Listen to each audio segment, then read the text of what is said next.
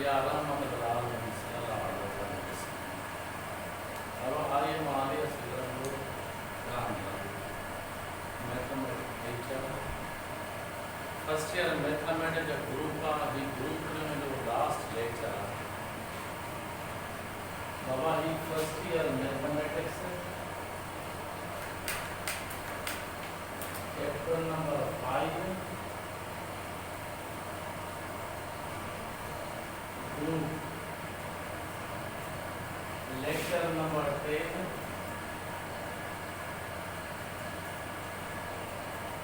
Dated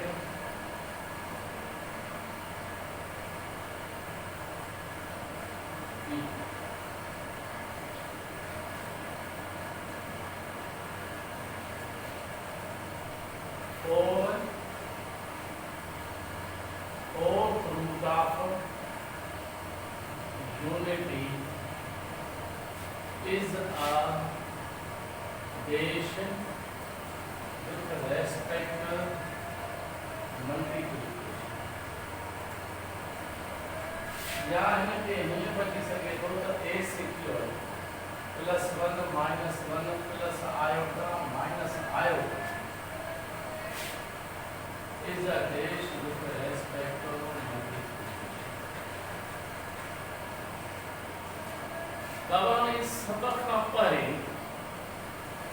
मिसाल मान का बाबा क्यूब रूट ऑफ यूनिटी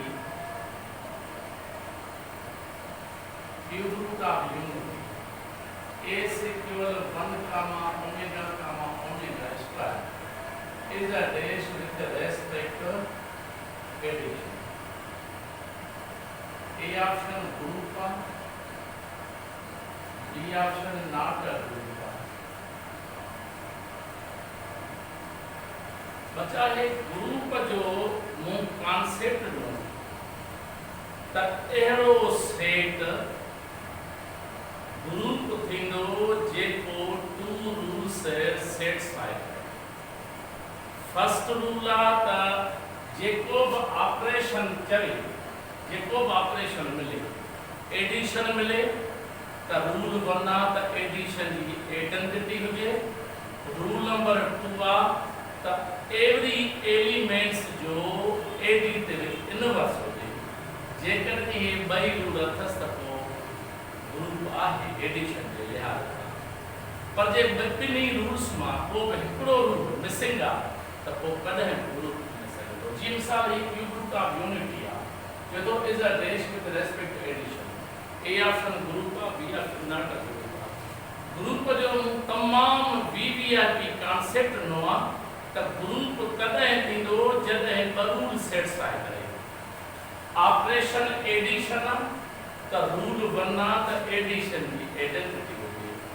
असां के खबर आ त रियल नंबर में एडिशन की आइडेंटिटी 0 इन में रूल 1 आहे। माना इनमें एडिशन की आइडेंटिटी ना है। जे एडिशन आइडेंटिटी ना है तो ये नॉट अ रूल 2 तो कम रूल नंबर 2 और रूल नंबर 2 के दिसण जी का जरूरत काने। पर जे असां चेक कयूं तो 1 जो एडिशन मतलब छा थींदो आ -1 तो 1 जो एडिशन मतलब आहे तो असां चवंदासीं त एडिशन जे लिहाज सां cube root of unity group ना है पर मल्टीप्लिकेशन जे लिहाज सां cube root of unity group of पर commutative abelian by and finite group जे तो 4th रूट ऑफ यूनिटी हाने मां हिते लिखा दो त ए ऑप्शन में ग्रुप आ, बी ऑप्शन में एबिलियन ग्रुप आ,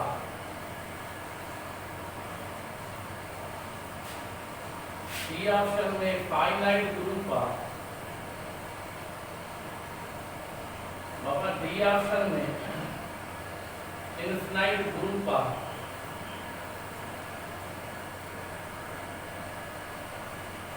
ई ऑप्शन में both B and C।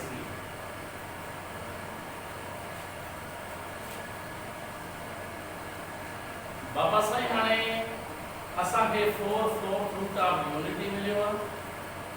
Question करे थो त इहो मल्टीप्लिकेशन जे लिहाज खां ग्रुप आहे या न आहे। ग्रुप जो तव्हांखे तमामु हिकिड़ो सुहिणो कॉन्सेप्ट ॾिनो त ग्रुप तॾहिं थींदो रूल 1 आइडेंटिटी हुजे, रूल नंबर 2 त एवरी एलिमेंट जो इनवर्स हुजे। हो जे एडिशन त एडिशन जी आइडेंटिटी हुजे, एडिशन जो इनवर्स हुजे। अगर मल्टीप्लिकेशन त मल्टीप्लिकेशन जी आइडेंटिटी हुजे, मल्टीप्लिकेटिव इनवर्स हुजे एवरी एलिमेंट जो। हिते ऑपरेशन मल्टीप्लिकेशन हाणे रूल 1 त मल्टीप्लिकेशन आइडेंटिटी हुजे।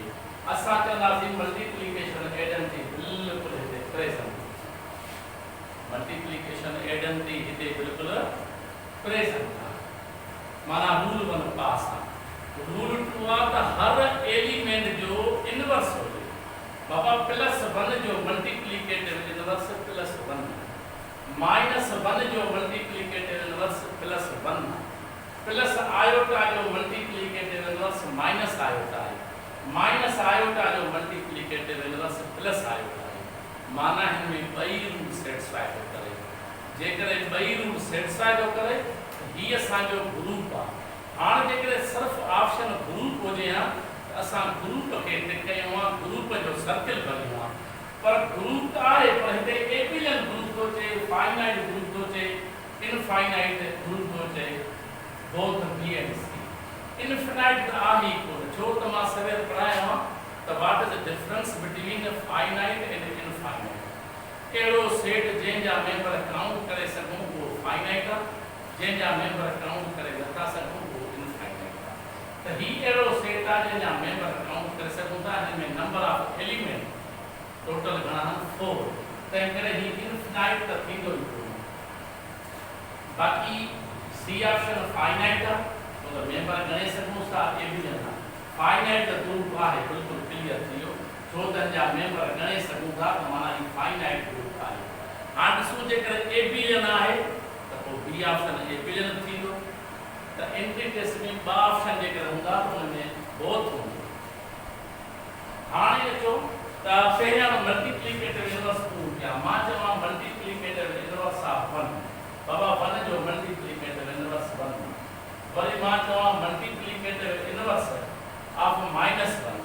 हाणे -1 जो मल्टीप्लिकेटिव इनवर्स आहे 1/-1। बाबा जेकर -1 हिन 1 सां मां मल्टीप्लाई डिवाइड कयां साॻियो छा थींदो -1। हाणे -1 ऐं -1 मां प्रूव कंदो साॻियो +1 ईंदो। त -1 जो मल्टीप्लिकेटिव इनवर्स -1 आहे, +1 जो मल्टीप्लिकेटिव इनवर्स +1 आहे, -1 जो मल्टीप्लिकेटिव इनवर्स -1 है। छो तो प्रूव कयूं तो वरी इनजी आइडेंटिटी मिले, मल्टीप्लिकेटिव आइडेंटिटी +1। वरी मां तो चवां त multiplicative inverse Baba multiplicative inverse of iota, iota जो मल्टीप्लिकेटिव इनवर्स 1/आयोटा, 1/आयोटा के बराबर माइनस आयोटा आयोटा इनवर्स, छो त हिन मथा +1 मथे -1, आयोटा इनवर्स के बराबर माइनस आयोटा।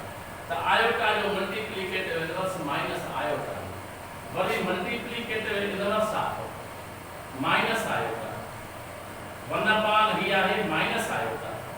बाबा माइनस जो प्लस थियो माइनस, हिते +1 आहे, मथे यो तो छा थियो -1, माइनस आयोटा इनवर्स के बराबर minus iota, minus into minus तो ये तो प्लस आयोटा। तो माइनस प्लस आयोटा जो मल्टीप्लिकेटिव इनवर्स माइनस आयोटा है, माइनस आयोटा जो मल्टीप्लिकेटिव इनवर्स प्लस आयोटा।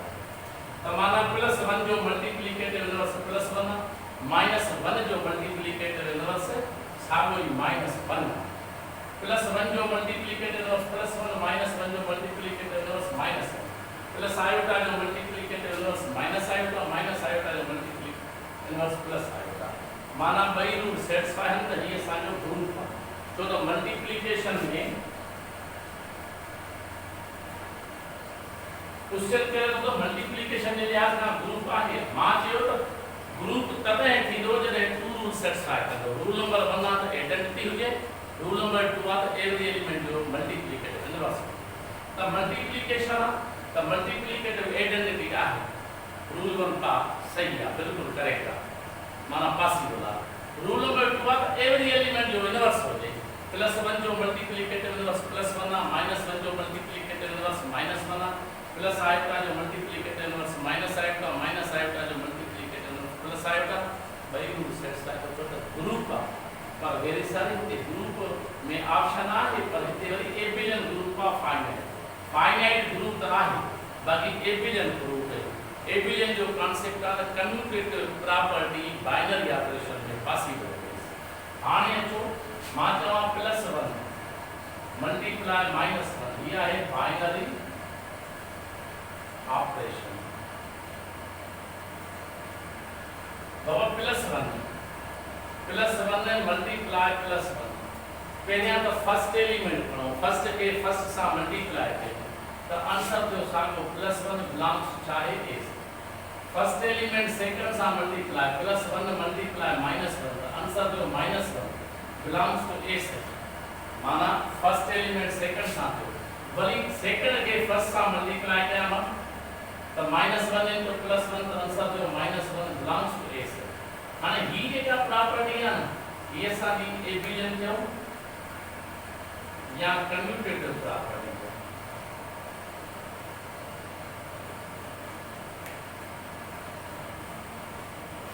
माना commutative property 4 root of unity में रियल नंबर में पॉसिबल है पर इमेजिनरी में पॉसिबल है अजो इमेजिनरी में क्या तो माध्यम iota multiply minus iota square equal में जो प्लस वरी minus iota multiply iota equal minus iota square equal plus commutative जे समझा जा टू रूट्स रूल बना जेको फर्स्ट एलिमेंट आ सो सेकंड हो जे जेको सेकंड आ सो फर्स्ट हो जे रूल नंबर 2 आ तो मेरी आंसर सेम हो जा अदा ही फॉर्म में जो सामने है ए बिलियन और कम्यूटेटिव असा चला से 4 root of unity commutative group और ए बिलियन ग्रुप आहे हाने ए बिलियन ग्रुप आहे फाइनाइट ग्रुप आहे तय करे असा टिक कंदासी ये जो सब करेंगे ये असा जो करे पर एडिशन जे लिहाज का माहिर के जा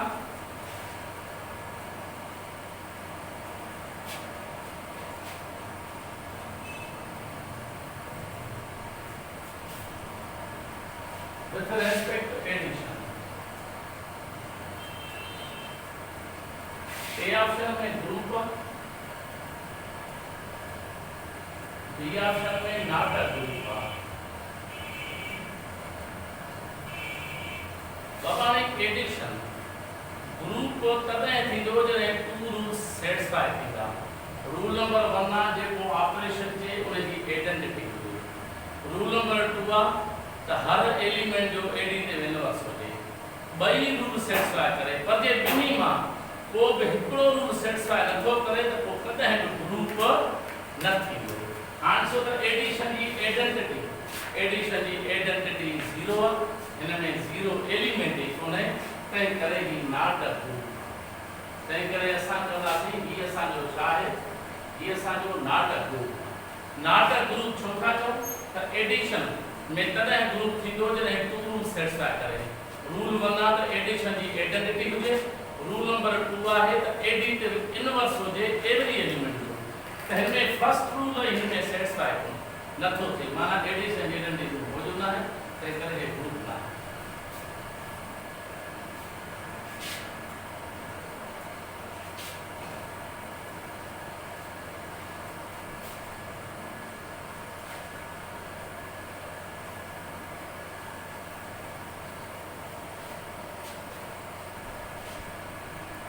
Papa is Z comma addition is a dash with respect to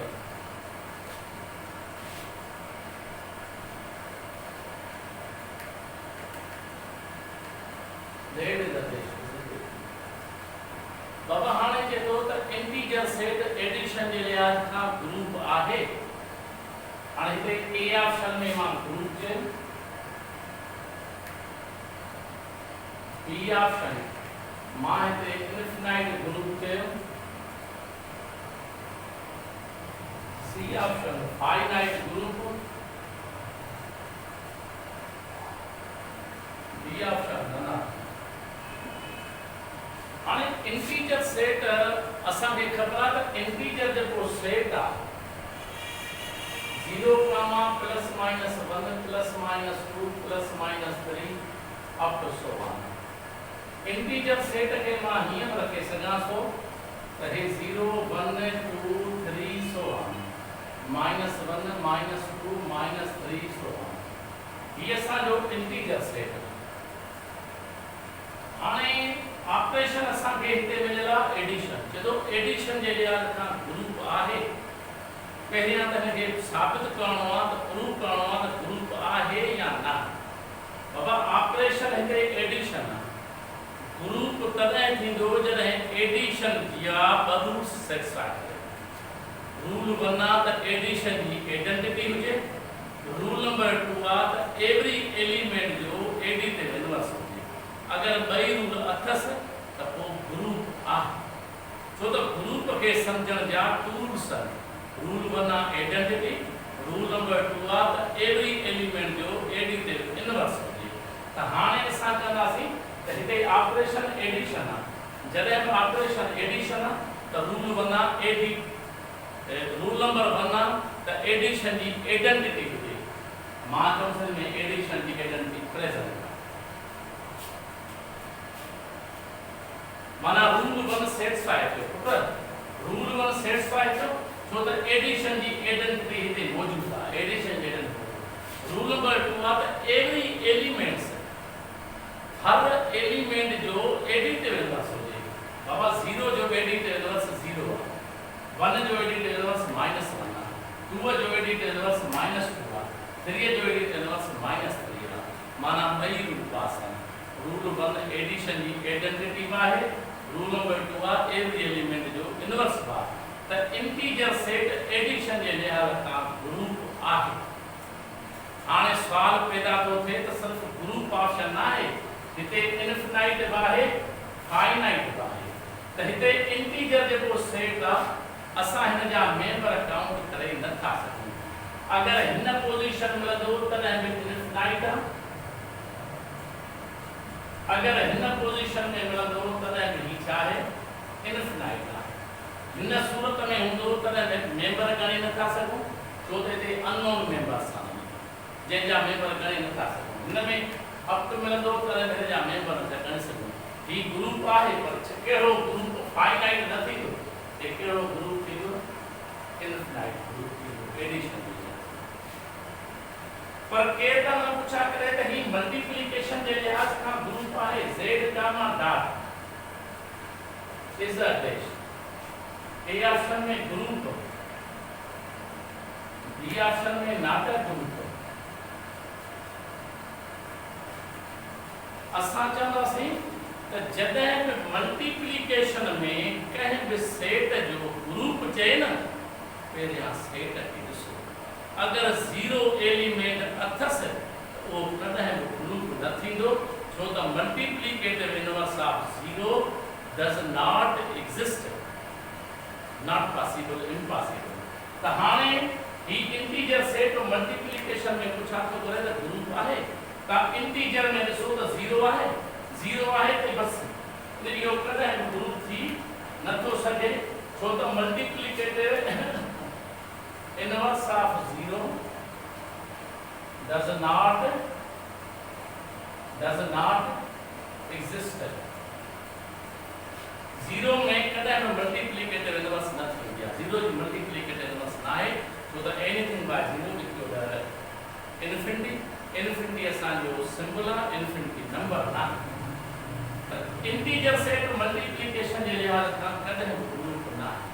हाणे ही जेका स्ट्रक्चर आहे मूं तव्हांखे ॿुधाई त इंटीजर सेट सबसेट आहे रेशनल. रेशनल सबसेट आहे रियल. रियल सबसेट आहे कॉम्प्लेक्स. कंहिंजो कॉम्प्लेक्स. हाणे इंटीजर सेट जेकॾहिं ऑपरेशन मां एडिशन थो चवां. ऑपरेशन छा आहे एडिशन.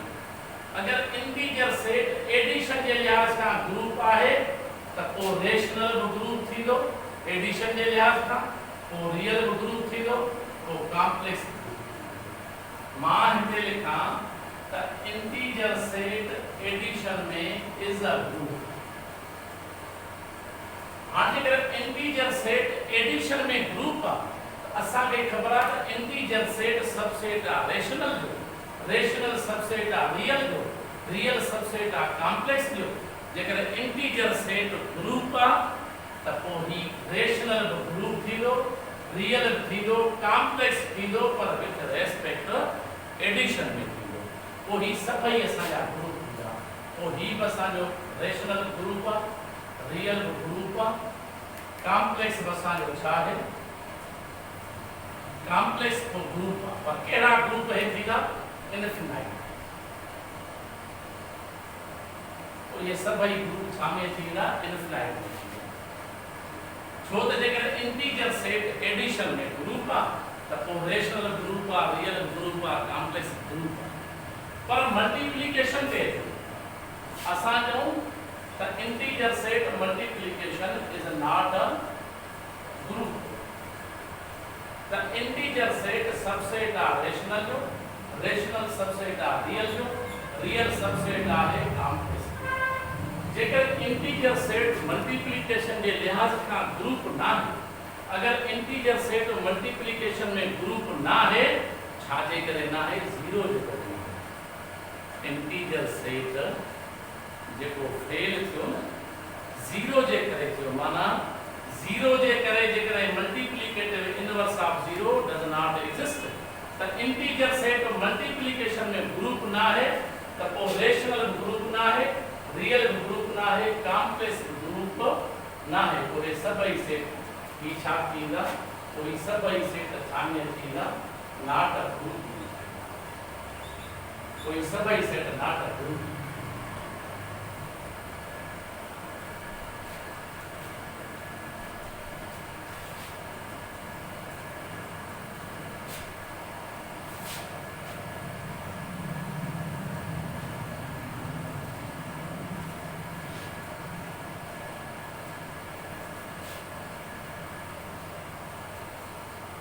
बाकी जगह हिए मिले बाबा सही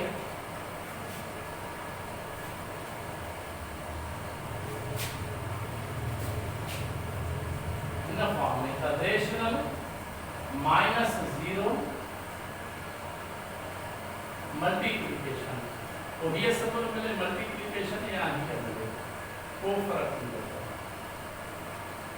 पते करे रेशनल सेट चले तो में मां जीरो माइनस कयो, जीरो डिलीट कयो, माना रेशनल सेट जे एक्सेप्ट जीरो चले, एक्सेप्ट जीरो चले त पोइ ही असांजो ग्रुप आहे। एक्सेप्ट जीरो चले त पोइ छा आहे ग्रुप आहे।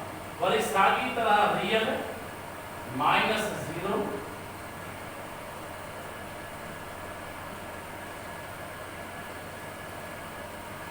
बाबा जेकर रियल ॾिसो न रेशनल मां जीरो माइनस तो करे तो रेशनल ग्रुप आ और रियल नाम जे जीरो माइनस करे तो ग्रुप आ। छो तो जीरो जे करे ही नाटक ग्रुप था करे। रेशनल नाटक ग्रुप जीरो जे करे आ मल्टीप्लिकेशन में, रियल भी नाटक ग्रुप मल्टीप्लिकेशन में आ। हाने मल्टीप्लिकेशन ऑपरेशन सागो आ पर जीरो असा एक्सेप्ट था कयूं। रियल नंबर मां जे करे जीरो तमां डिलीट कयो, कैंसिल कयो, रियल मां जीरो कैंसिल थींदो त पोइ ही छा थींदो असांजो ग्रुप। पर कहिड़ो ही ग्रुप आहे ही कहिड़ो ग्रुप आहे ही इनफिनाइट। वरी कॉम्प्लेक्स है, कॉम्प्लेक्स मां जीरो माइनस कयो त पोइ ही बि असांजो ग्रुप आहे, ही बि असांजो कॉम्प्लेक्स है। असां चवंदासीं त कॉम्प्लेक्स मां जेकर जीरो माइनस थींदो त पोइ ही बि असांजो ग्रुप आहे इनफिनाइट।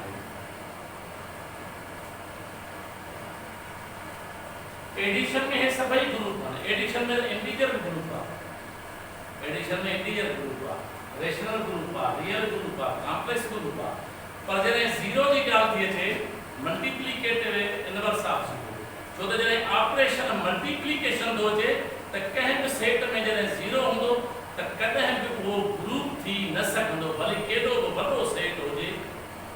ठीकु, केॾो वॾो सेट हुजे जेकॾहिं जीरो हूंदुसि त मल्टीप्लिकेशन में प्रोडक्ट में कॾहिं बि उहो ग्रुप ठही आहे त हिसाब छा थी विया असांजा group.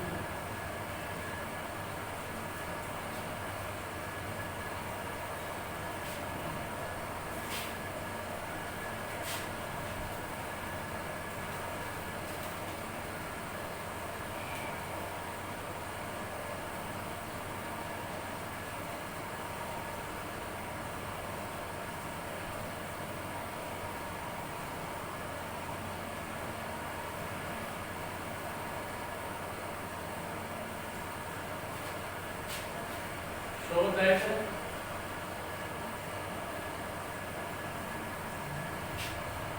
the set of all non-singular matrices of order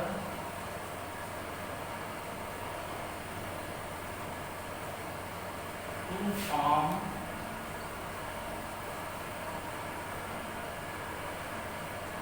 an infinite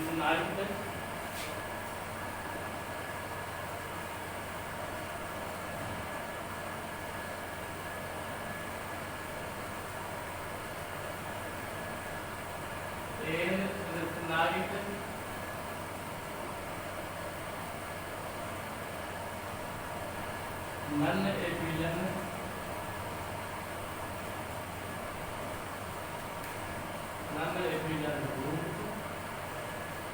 with respect to matrix multiplication.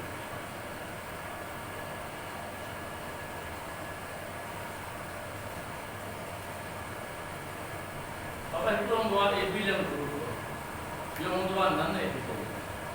What is the difference between abelian group and non-abelian group? Abelian उनखे चइबो आहे जंहिंमें कम्यूटेटिव प्रॉपर्टी पॉसिबल, ऐं non-abelian उनखे चइबो आहे जंहिंमें commutative property possible नथी। त मल्टीप्लिकेशन में जेको थींदो आहे न मैट्रिक्स में, त AB नॉट इक्वल छा आहे B, माना कम्यूटेटिव प्रॉपर्टी मल्टीप्लिकेशन में कॾहिं बि पॉसिबल न थींदी। बाबा मैट्रिक्स में जेका कम्यूटेटिव प्रॉपर्टी हूंदी आहे उहा नॉट पॉसिबल हूंदी आहे। छा हूंदी आहे? Not possible. त पोइ ही AB इक्वल B न आहे, ही AB नॉट इक्वल B आहे। तंहिं करे असां चऊं था ही छा आहे? नन एबिलियन। छा पेंदो हुजे? नन एबिलियन। मल्टीप्लिकेशन असांजो ऑपरेशन आहे, हिते नन सिंगुलर थो करे। याद रखो त सिंगुलर मैट्रिक्स जॾहिं बि मिले ऐं ऑपरेशन मल्टीप्लिकेशन हुजे त उहो कॾहिं बि ग्रुप थी न सघंदो। बाबा singular matrix means zero matrix. Zero matrix में क्वेश्चन केरु करे त मल्टीप्लिकेशन जे लिहाज़ खां सिंगुलर मैट्रिक्स ग्रुप आहे, तव्हां चवंदो उहो कॾहिं बि ग्रुप न थींदो, छो त ज़ीरो जो मल्टीप्लिकेटिव इनवर्स नॉट पॉसिबल। त हिते ॻाल्हि करे थो नन सिंगुलर में मल्टीप्लिकेशन त पॉसिबल आहे, नन सिंगुलर में बिल्कुलु ही ग्रुप आहे। नन सिंगुलर जेके मैट्रिक्स आहिनि उहे ग्रुप में था अचनि, पर छा में ग्रुप जेकर ऑपरेशन मल्टीप्लिकेशन आहे त पोइ थींदो नन एबिलियन ग्रुप, पर जे ऑपरेशन एडिशन आहे त पोइ चवंदासीं एबिलियन आहे। छो त ऑपरेशन जेकॾहिं मल्टीप्लिकेशन आहे त ही आंसर हिन जो जेको थींदो, ही हिन जो आंसर थींदो नन एबिलियन ग्रुप। पर जे ऑपरेशन एडिशन चए त एडिशन में कम्यूटेटिव प्रॉपर्टी छा आहे? पॉसिबल आहे। एडिशन में कम्यूटेटिव प्रॉपर्टी त पॉसिबल आहे, त पोइ ही नन एबिलियन न थींदो, पोइ ही छा थींदो? एबिलियन। ख़बर छ न? नन सिंगुलर मैट्रिक्स में जेकर मल्टीप्लिकेशन तो चए त पोइ थींदो नन एबिलियन। पर जेकर एडिशन ऑपरेशन हूंदो त पोइ नन सिंगुलर न हूंदो, पोइ सिंगुलर हुजे नन सिंगुलर हुजे, ठीकु आहे, उनमें सिंगुलर जेको आहे सो एबिलियन ग्रुप में ईंदो, नन सिंगुलर छा में थींदो? एबिलियन ग्रुप में। पर शर्त आहे त ऑपरेशन एडिशन हूंदो। ऑपरेशन एडिशन हूंदो त पोइ एबिलियन एबिलियन ग्रुप असांजो सिंगुलर में थींदो नॉन सिंगुलर में। बाकी मल्टीप्लिकेशन हूंदो त उन में कॾहिं बि मल्टीप्लिकेशन ऑपरेशन मिलंदो त उन में कॾहिं बि सिंगुलर में एबिलियन ग्रुप ठहंदो ई कोन। मल्टीप्लिकेशन ऑपरेशन हुजे ऐं सिंगुलर चे त उहो हमेशा हमेशा हमेशा असांजो जेको आहे सो नाट ग्रुप थींदो, तो कॾहिं ग्रुप थी न सघंदो।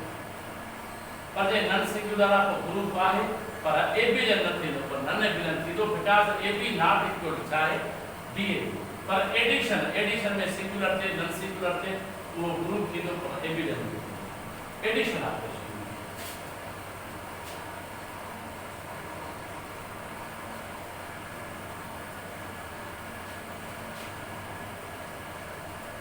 I think though is like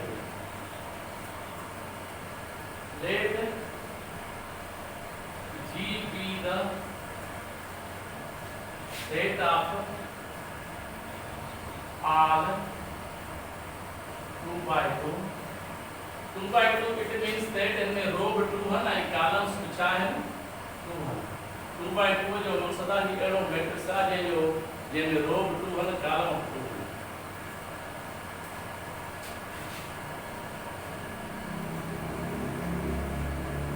non singular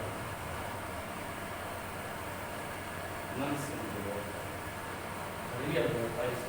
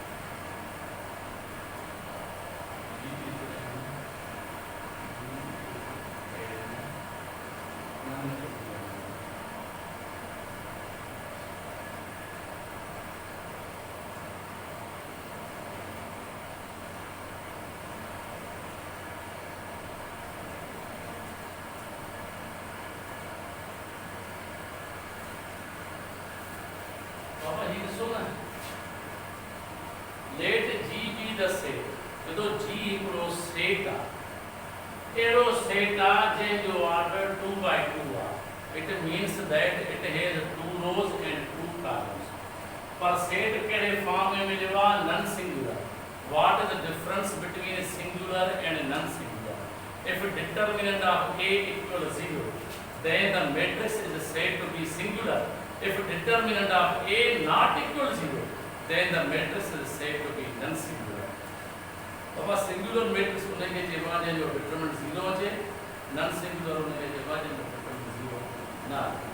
operation multiplication तो मल्टीप्लिकेशन हमेशा नॉन सिंगुलर में सिंगुलर में कदा है मल्टीप्लिकेशन न चवंदो तो उन जो determinant 0 real matrix under the union multiplication of G is in non abelian बिल्कुल नॉन एबिलियन नहीं करे तो मल्टीप्लिकेशन मल्टीप्लिकेशन में मैट्रिक्स जेका मल्टीप्लिकेशन हो गया उन में कम्यूटेटिव जेका एबिलियन प्रॉपर्टी है A B not equal to छा है बी माना ही नन कम्यूटेटिव ओवर नन एबिलियन। बाबा मल्टीप्लिकेशन में मैट्रिक्स जेका प्रोडक्ट है वो नन कम्यूटेटिव है जरे नन कम्यूटेटिव वो ही सबब आ त ही ग्रुप त आहे पर छा में ग्रुप आ नन एबिलियन छो था तो because A B not equal to B matrix जेका प्रोडक्ट थी गया उन में ए बी ऐं बी ए बिनी की प्रोडक्ट नन कम्यूटेटिव वाला नन एबिलियन में थी गया वो ही सबब आ त ही ग्रुप त आहे पर केड़ी फॉर्म में नन छो त मैट्रिक्स मल्टीप्लिकेशन माना है मल्टी ग्रुप तने थींदो जने 2 रूल पास करे। रूल नंबर 1 आ त मल्टीप्लिकेशन की आइडेंटिटी हुई असा चवंदासी त ये को मैट्रिक्स आ मल्टीप्लिकेशन की आइडेंटिटी हिन जी यूनिट मैट्रिक्स आ 1 0 0 1 माना हिन में आइडेंटिटी ऑलरेडी एग्जिस्ट आ छो तो मल्टीप्लिकेशन में मैट्रिक्स जे मल्टीप्लिकेशन में ग्रुप करे दीदो जने टू रूल पास करे रूल बना त मैट्रिक्स जी आइडेंटिटी हुई मैट्रिक्स जी आइडेंटिटी यूनिट मैट्रिक्स और आइडेंटिटी मैट्रिक्स ही ऑलरेडी हिन एग्जिस्ट आहे रूल नंबर 2 आहे त हिन जो हर एलिमेंट मल्टीप्लिकेटिव इनवर्स आहे छो त नन सिंगुलर में तो थे इहो ही सब बात आहे इनमें बई रूल पास आहे मल्टीप्लिकेशन की आइडेंटिटी माना यूनिट मैट्रिक्स बतस आइडेंटिटी मैट्रिक्स बतस ऐं एवरी एलिमेंट जो मल्टीप्लिकेटिव इनवर्स आहे मुझे अज जो टॉपिक ते कंप्लीट थियो ग्रुप कंप्लीट थियो थैंक यू वेरी मच